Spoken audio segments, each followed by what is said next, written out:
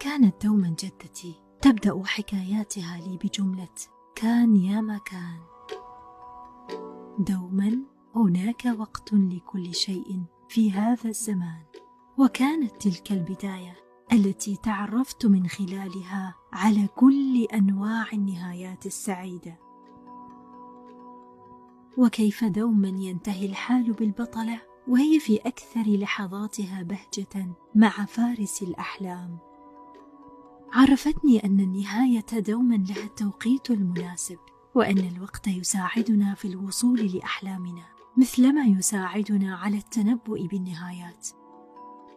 لكن لم تقل لي أنه يوجد بعض الحكايات بلا نهايات متوقعة، هي فقط حكاية موقوتة، نهاياتها تأتي بلا إنذار، تأخذ بعضا منا وتترك الكثير فينا.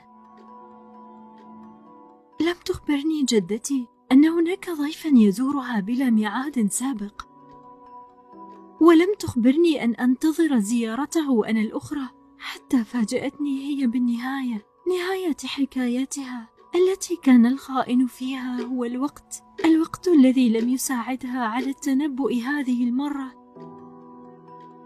لكنني لحظتها عندما زارتني تلك الحكاية الموقوتة قررت وضع نهاية مختلفة لها، بألا أنتظر الوقت بخوف وهو يمر، بل أجعله صديقي في هذه الرحلة، لأصبح فيها أنا بطلة الحكاية وليس سرطان الثدي. لذلك قررت أن تكون حكايتي بلا نهاية موقوتة، بل حكاية بطلتها جميلة. نسبة الشفاء من سرطان الثدي عند الكشف المبكر تتجاوز 95%. بيدك تختارين تكوني بطلة حكايتك.